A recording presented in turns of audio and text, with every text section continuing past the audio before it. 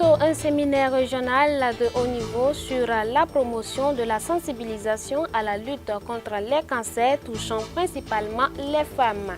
Fidèles téléspectateurs, bonsoir. Je suis ravie de vous retrouver cette soirée encore pour une session d'information. Ouagadougou abritera les 1er et 2 août prochains un séminaire régional de haut niveau sur la promotion de la sensibilisation à la lutte contre les cancers féminins et d'autres aspects entrant dans le cadre du développement de la sous-région.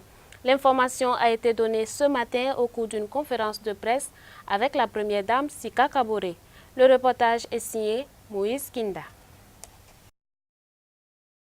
Des experts et des premières dames de près de 17 pays sont attendus dans la capitale burkinabé. Ce séminaire régional va se dérouler sur 2 jours, avec pour principal objectif de renforcer les capacités des premières dames en matière de leadership et de plaidoyer pour la promotion de la sensibilisation à la lutte contre le cancer et les programmes de plaidoyer dans les pays membres du groupe Afrique de l'OCI. Il s'agira spécifiquement pendant ces 48 heures de présenter l'état des lieux du fardeau croissant du cancer dans les pays membres du groupe Afrique de l'OCI, d'identifier les voies et moyens par lesquels les premières dames peuvent renforcer leur rôle de leader pour lutter efficacement contre le cancer et sauver des vies dans le cadre des politiques sanitaires de leurs pays respectifs. Troisièmement, d'informer sur les opportunités et les meilleures pratiques dans la recherche de financement auprès de la BID, Banque islamique de développement, et d'autres potentiels bailleurs de fonds. Quatrièmement, de partager les meilleures pratiques régionales et promouvoir des mécanismes de coordination régionale en matière de registre de cancer, de planification et de mise en œuvre du contrôle du cancer afin de renforcer les systèmes de santé.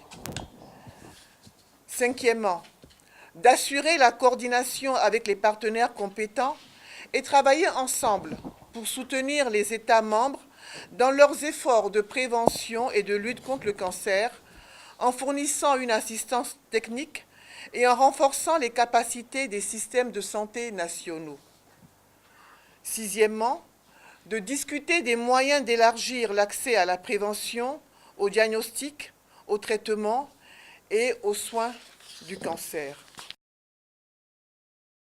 Selon l'Organisation mondiale de la santé, environ 5000 cas de cancer sont déclarés chaque année au Burkina Faso. Et selon le ministère de la Santé, avec les chiffres fournis par les hôpitaux au niveau national, 2000 cas de cancer sont déclarés chaque année. D'où la nécessité de faire face contre ce fléau. Sur le plan des estimations, l'OMS estime que nous avons chaque année 5000 nouveaux cas de cancer qui apparaissent au Burkina Faso sur différents organes. Et il y a une hiérarchisation selon l'importance du cancer. C'est dire que la réunion des experts qui va se tenir le 1er a également comme thème le renforcement de capacités sur l'enregistrement des différents types de cancers au Burkina. Et donc nous sommes vraiment en pleine marche pour la mise en place de l'ensemble des outils qui vont permettre véritablement au Burkina de pouvoir, dans les années à venir, pouvoir donner des estimations qui soient très proches de la réalité. Et si nous considérons le cancer, qui fait partie des maladies non transmissibles, ce cancer représente environ 12,5 à 13% de l'ensemble des maladies non transmissibles au Burkina. C'est dire donc l'importance de ce cancer-là qui mérite qu'on s'y attarde, qu'on développe un programme et que véritablement nous mettons la main dans la main pour que la mise en œuvre soit une réalité au Burkina. Vous savez très bien qu'il y a, ne serait-ce que si on prend le cancer féminin, depuis plus de 2 ans, le gouvernement a accordé une attention particulière à la lutte contre ce fléau en accordant le dépistage gratuit et la prise en charge gratuite des lésions précancéreuses du col de l'utérus et aussi l'apprentissage à l'autopalpation mammaire est également gratuit. Et donc, vous comprenez pourquoi il est important que le Burkina puisse recevoir donc cette rencontre des premières dames pour encore une fois de plus recevoir donc une capacitation provenant de l'expérience des autres pays, mais aussi partager notre expérience dans la lutte contre le cancer. Les conclusions de ce séminaire ne vont pas dormir dans des tiroirs. C'est la détermination de la première dame, Sika Kaboré, par ailleurs fondatrice de la Fondation Kimi. Retour dans cette édition sur l'atelier de concertation avec les représentants des médias qui s'est tenu les 19 et 20 juillet dernier à Kaya. L'objectif de la rencontre initiée par le ministère de la Justice, des Droits humains et de la promotion civique était d'inciter les hommes de médias à promouvoir le civisme dans le grille de programme. Notion de civisme et de citoyenneté responsable, place et rôle des médias dans la promotion du civisme, techniques et méthodes pour une meilleure prise en compte dans les grilles de programme des médias et enfin promotion du civisme par les médias, l'examen d'un organe de presse. C'est autour de ces 4 modules qu'a eu lieu l'atelier de formation sur la prise en compte du civisme dans la grille de programme des médias au profit des journalistes les 19 et 20 juillet dernier. Initié par le ministère de la Justice, des Droits humains et de la promotion civique, l'activité a eu pour objectif d'initier et encourager les organes de presse à promouvoir le civisme à travers leur production. Vous savez que le ministère en charge des droits humains et de la promotion civique a comme un des axes principaux la promotion de la citoyenneté responsable. Et nous avons donc inséré ça dans notre politique sectorielle, droits humains et justice. Et les médias constituent un des acteurs importants, sinon incontournable, pour la promotion du civisme. Le forum que nous avons tenu en 2013 a fait le diagnostic, a mis en relief les causes et les conséquences, mais a insisté sur la responsabilité de chaque citoyen, de chaque acteur et de chaque structure. Et de ce point de vue, nous pensons qu'en échangeant avec les médias, ça nous permet, au-delà donc de ces personnes-là, d'atteindre le maximum de population parce que vous êtes des relais importants de tout ce qui est sujet dans notre nation. D'où justement l'importance que nous accordons à la tenue de cet atelier. Pour la directrice générale de la promotion civique, le Burkina Faso a besoin d'être responsabilisé de façon générale vu les actes d'incivisme que connaît le pays depuis un certain temps. Vous êtes en tout cas témoin oculaire, comme l'a dit M. le ministre dans son discours, des manifestations et des proportions inquiétantes que l'incivisme est en train de prendre dans notre pays. Alors, cette situation n'honore ni leurs auteurs, encore moins le pays des hommes intègres. Il s'agit pour nous de réfléchir ensemble sur comment chacun peut à son niveau contribuer à relever le défi de la promotion de la citoyenneté responsable dans notre pays. Parce qu'aujourd'hui, nous n'avons d'autre choix que de travailler à responsabiliser davantage le Burkina Faso dans la prise en main de son destin. Au deuxième jour des échanges, un cas pratique a été présenté aux participants. L'exemple de la télévision Burkina Info. Le directeur général de la station a montré comment ils arrivent à introduire des productions sur le civisme dans leur grille de programme.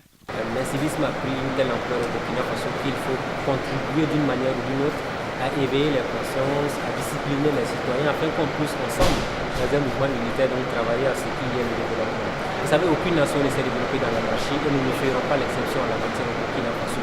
Nous nous basons uniquement sur le principe que les médias ont une responsabilité sociale. Et nous avons décidé de consacrer, par exemple, un programme dédié au regard citoyen où on revient sur les cas d'incivisme, le non-respect du code de la route, les usagers qui passent par la corruption pour pouvoir échapper aux différents contrôles et tout ça, sans oublier la question de la démocratie, la bonne gouvernance, parce que c'est tout cela qui fait le lit de l'incivisme quand les gens se rendent compte que les gouvernants eux-mêmes ne sont pas des exemples en matière de comportement dans la société. Donc nous avons décidé de créer des émissions dans ce sens. Dans les éditos, on en parle. Dans les entretiens politiques ou encore économiques, on en parle. Dans les émissions de débat, on en parle. Au niveau de la bande-annonce, de la télévision également, les messages sont diffusés sur la question de l'incivisme. Sans oublier une émission dédiée sur la question du civisme qu'on appelle le regard citoyen. Et cette émission est une belle tribune qui permet de revenir chaque semaine sur un thème qui a un lien étroit avec la question du civisme. L'actualité hors de chez nous à présent au sud-ouest du Pakistan, un attentat suicide près d'un bureau de vote fait d'énormes dégâts. Regardez. La panique et la confusion à Quetta, au sud-ouest du Pakistan. Au moins 30 personnes ont été tuées et une trentaine blessées dans un attentat suicide revendiqué par le groupe État islamique. L'attaque a eu lieu près d'un bureau de vote alors que les Pakistanais sont appelés aux urnes pour les législatives. Le kamikaze a essayé d'entrer dans le bureau de vote quand la police a tenté de l'arrêter. Il s'est fait exploser, a raconté un haut responsable de l'administration locale. Peu avant cet attentat, une attaque à la grenade également dans un bureau de vote a tué un policier et en a blessé 3 autres. Quetta est la capitale de la province du Baloutchistan où les attentats sont fréquents. Et puis Israël se défend contre un avion syrien qui a pénétré sans préavis dans l'État hébreu. Israël a visé un avion de guerre syrien sur le plateau du Golan. On ignore si l'appareil a été touché ou abattu. L'État hébreu affirme qu'il était situé dans l'espace aérien israélien. Damas, de son côté, affirme qu'il opérait dans le sud de la Syrie contre des zones rebelles. Le plateau du Golan est occupé et annexé par Israël depuis la guerre des 6 jours en 1967. Les deux pays n'ont jamais conclu de traité de paix. Tsahal affirme avoir tiré des missiles patriotes en direction de l'avion. Elle affirme ne disposer d'aucune information sur le sort du pilote. Avant de clore cette édition, sachez que le 7e traité d'amitié et de coopération TAC entre la Côte d'Ivoire et le Burkina Faso bat son plein. Des accords ont été signés entre les hommes d'affaires des deux nations. La construction de l'autoroute du corridor Abidjan-Ouagadougou a été au cœur des échanges. Nous y reviendrons dans nos prochaines éditions. Ainsi s'achève cette édition. Merci de nous avoir suivis. Je vous donne rendez-vous demain à la même heure. Bonsoir chez vous.